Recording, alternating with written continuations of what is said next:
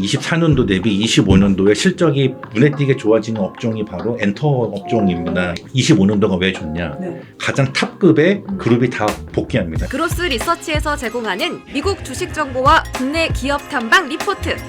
이용권 발급은 영상 하단 더보기란 링크를 클릭해 주세요. 엔터조에 대해서는 이제 실적 부분에 대해서 얘기가 많거든요. 예. 실적 자체는 선방을 했습니다. 4분기에 선방을 했고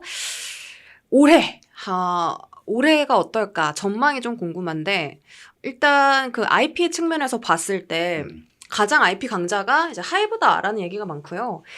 SM 같은 경우는 신인 걸그룹들, 신인 보이그룹들이 활동을 활발하게 하고 있고 MD 상품이나 뭐 추가 콘서트나 그런 매출을 잘 이끌어낼 수 있는 모멘텀이 살아있다. JYP는 비용을 잘 아낀다. YG는 IP가 너무 한쪽에 몰려있다. 예. 이런 단점들이 좀 있거든요. 실적은 어떻게 볼까요? 실적 말씀드리면 당장 24년 4분기 실적 말씀드리면 일단 기본적으로 엔터주는요. 실적이 1분기가 저점이고 2, 3, 4, 4분기가 제일 좋습니다. 이유는 4분기에 이제 연말이 있다 보니까 그러니까 이제 기본적으로 이제 연말 콘서트가 많고 그다음에 기존의 이런 아티스트들도 흔히 말하는 연말이 대목이니까 11월 말 12월 초쯤에 이제 컴백 성수기군요. 대규모 정격 컴백해서 앨범도 이제 가장 앨범도 보면 이제 딱 곡 하나 있는 디지털 싱글이 있고 곡 몇 개 있는 뭐 미니 앨범이 있고 곡 많이 있는 정규 앨범이 있는데 보통 연말에 정규 앨범 딱 내고 그 또 개중에 좀 준비만 되면 신인들도 그거에 맞춰서 딱 데뷔시키거든요. 네. 그래서 그러다 보면 당연히 신규 앨범 나오면 앨범 판매, 음원 판매 말고 보통 곡 하나 내면 한 4주에서 5주 정도 국내에서 이제 음악 방송에서 1등 하고 그다음에 이제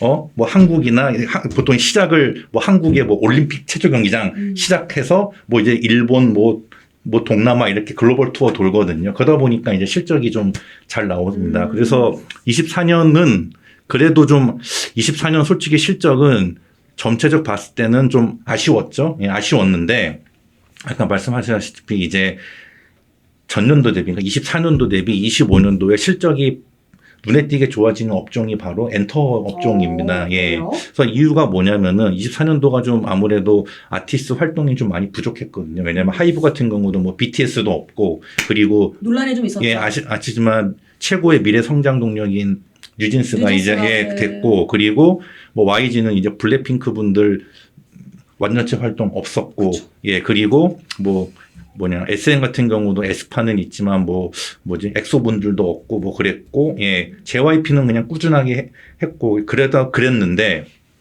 25년도가 왜 좋냐? 네. 흔히 말하는 엄청난 그 가장 탑급의 그룹이 다 복귀합니다. 1번 하이브에는 이제 BTS가 이제 올해 한 중순이면 모든 멤버들이 군 복무를 다 마치고 제대를 해서 올해 하반기부터 드디어 BTS 완전체가 이제 가동이 됩니다. 야. 그거 좋고요. 그다음 예. 파급력이 엄청날 것 같아요. 그럼요. 다들 이제 BTS 완전체 공연 보기 기다리는데 이제 저 같은 경우도 예전에 BTS 한창 있을 때 뭐 일본 이제 도쿄돔이나 그런 데 가서 봤거든요. 완전체 공연인데 이제 아마 이번에 하면은 티켓 값부터 해서 뭐 공연 규모까지 엄청날 겁니다. 되게 비쌀 것 같아요. 그러니까 뭐 말 그대로 정규 티켓 가격은 이제 물론 그 엔터사들이 인식하는 건 정규 티켓 가격입니다. 티켓 가격에서 뭐 굿즈 대신에 한 번 할 때마다 이제 말 그대로 규모를 얼마나 하는데 BTS면은 뭐 그냥 5만이건 뭐 7만이건 10만이건 다 채우잖아요. 네. 그리고 이제 중요한 게 한 번에 공연할 때 하루만 하는 게 아니라 뭐 금토일 이렇게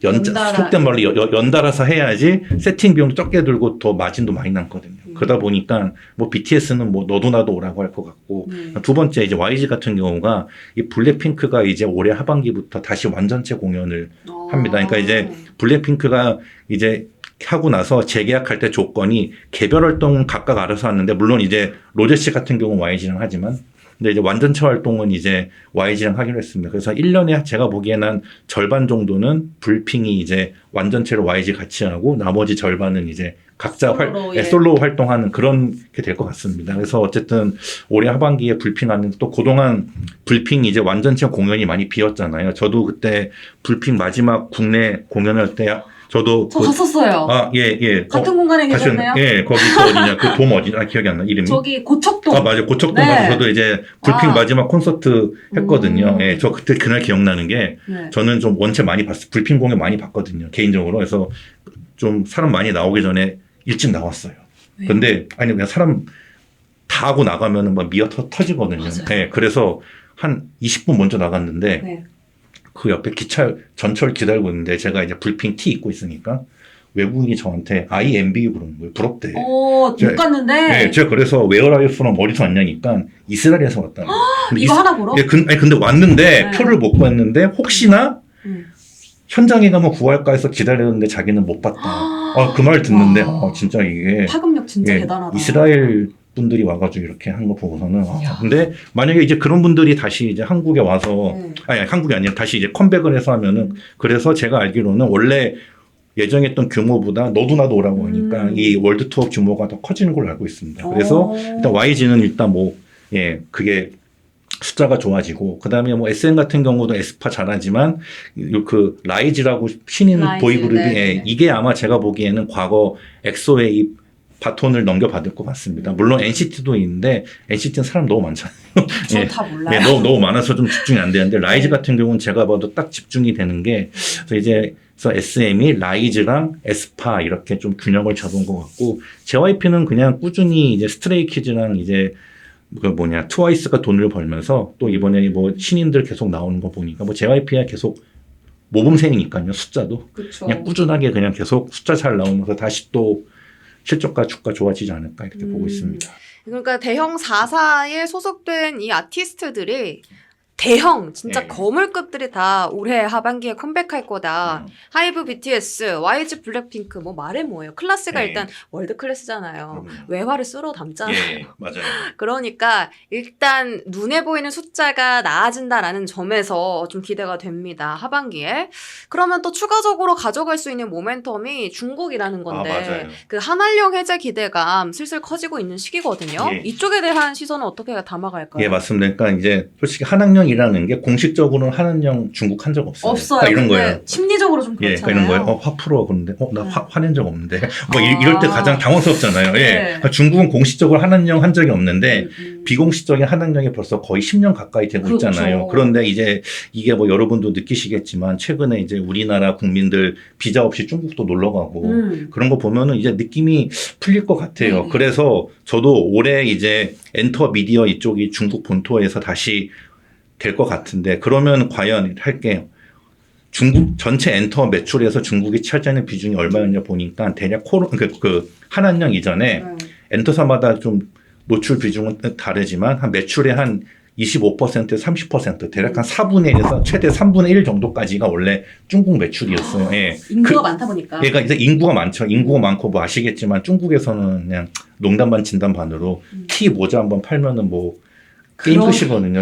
예. 마켓이 일단 크네. 예, 앵커님도 이제 가서 네. 이제 앵커님 예를 들면 예전 소녀시대 제시카 티 네. 모자 한번 하면은 그냥 금액이 엄청나거든요. 어. 예, 이거는 상상을 초월하는 정도라서. 그쵸. 그래서 한때 이제 예전에 엑소 같은 경우도 일부 중국 멤버들이 그걸 알기 때문에 계약을 파기하고 어떻게 가서 논란이 많았잖아요. 예. 많이 배신했죠. 예.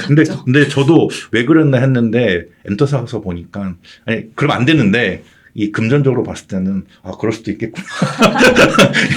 명권이 좀 탐나셨던 거 아니에요? 그게 아니라 MD 사업? 물론 그건 절대 안 됩니다. 네. 계약은 약속은 지켜야죠. 근데 네. 그랬습니다. 그래서 또 중국이 다시 열리면 물론 그 규모는 모르겠지만 또 그만큼 중국이 이전에 비해서 눈높이는 높아졌지만 그래도 기존의 K-팝 아티스트 그리고 또 아시겠지만 중국이 요즘 게임은 잘 만드는데 너무 잘 만들어요. 딴 건 제가 제 생각이에요. 중국이 한국보다 못 따라오는 게 이런 엔터 같이 직접 하는 거, 그 축구 같이 다 같이 하는 거. 예. 왜 그렇게 인구가 많은데 예. 축구 플레이어가 안 나오지? 그러니까 제가 엔터서 봐도 이제 중국이나 대만은 모르는데 중국에서 온 분도 있어요. 근데 우리나라 한국인 흔히 말하는 엔터 지망생 보면은 이런 게 있어요. 속된 말로 자기네 동네에서 다 흔히 말하는 얼짱, 킹카 유명했던 분들이잖아요. 예쁘고 잘생기건 노래 잘 부르건 춤 잘 추건. 그런데 중국에서 올 정도면 흔히 말하는 자기네 성에서.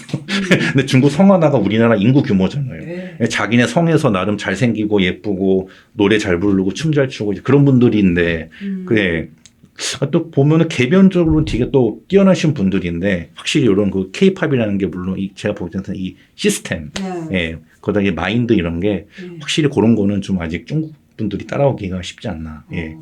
그렇습니다. 그래서 제가 봤을 때는 어쨌든 다시 본론 돌아가서 이 중국 관련된가 본토가 열리면은 아마 어마무시할 것 같습니다. 그럼 아마 모든 엔터사들이 너도 나도 다 중국으로 가지 않을까. 아, 근데 그게 실제로 실현 가능성이 있는 거예요, 올해?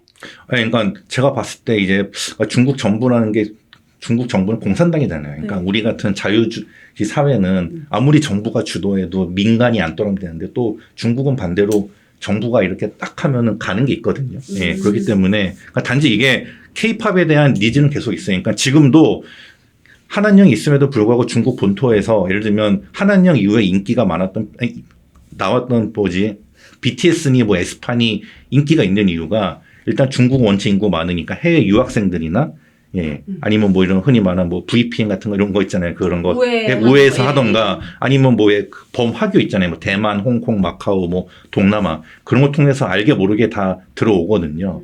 마치 왜 그 북한에 있는 동포들 우리나라 남한 드라마 다 보듯이 예. 그러니까 그런데 어쨌든 다 있는데 아직 공식적으로 안 열린 거니까 저는 그래서 올해 특히나 뭐 특히 중국이 이렇게 무비자 풀어준 거 보고서는 그렇네. 예, 제가 보기에는 뭐 임박했다고 보고 있습니다. 그리고 무엇보다 강력한 시그널이 상장사 디어유가 버블 서비스 하는데요. 텐센트. 예.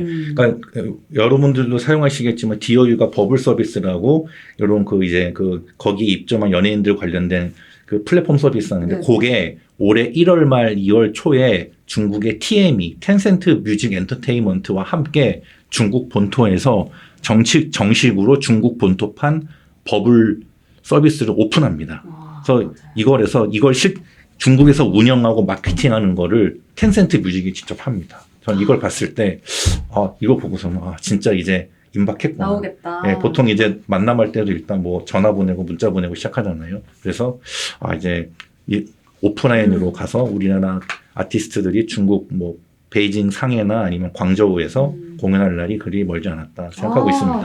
얼마나 또 중국 시장의 그 외화를 싹 쓸어올 수 있을지 좀 기대가 되는데 이제 슬슬 강력한 시그널이 나오고 있다. 하나는 그 디어유의 텐센트 뮤직 모멘텀이고 서비스를 이제 시작하는 거고 두 번째는 무비자. 예, 한국인들 무비자 입국. 요게 또 큰 포인트가 되겠다. 이 관련 이슈는 조금 더 팔로우업을 해봐야겠네요. 앞으로도. 알겠습니다.